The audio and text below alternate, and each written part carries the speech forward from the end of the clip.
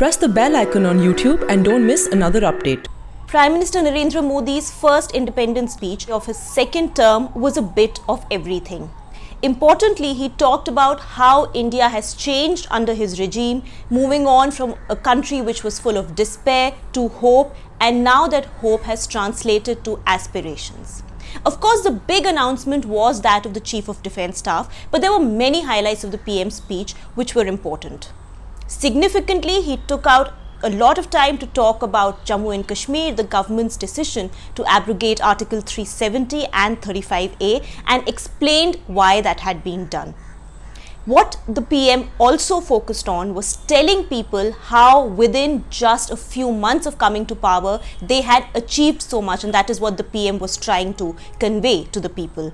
He talked about, as I mentioned, Jammu and Kashmir. He talked about the Triple Talaq bill that had been passed. He also talked about more stringent terror laws, through which he was referring to the amendment to the UAPA Act. So essentially, in all, what the PM was trying to do by talking about this was tell people that this is what they had voted for, this is why they had voted for him, and he had delivered on many of these counts in no time. The PM also talked about more participative method of governance, which has been his hallmark even in the last term. We remember the Swachh Bharat movement was all about getting people involved, and that's exactly what he tried to do in this speech as well. He talked to people, he tried to say that they must ban plastic, they must not use plastic. So that's clearly something new which he's trying on the lines of the Swachh Bharat initiative.